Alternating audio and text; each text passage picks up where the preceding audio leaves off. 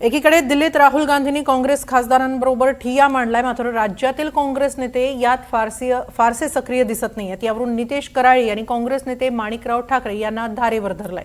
पाहूया.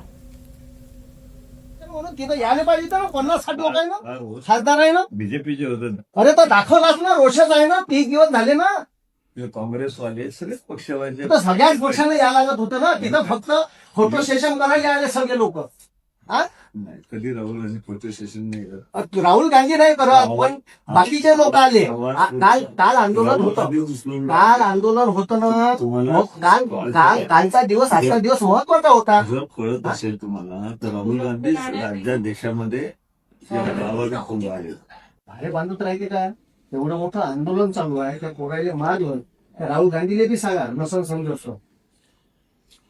एवढे मोठे खासदार निवडून गेले, एवढं मोठे इथं आंदोलन चालू आहे, ते चिरडून टाकते. त्या पोराले आंदोलनाचा हे नाही आहे, त्या पोराले आंदोलनाचा हे माहित नाही आहे कसं करायचं आंदोलन. तुम्ही त्याला निर्णय तो करायला लागत ना.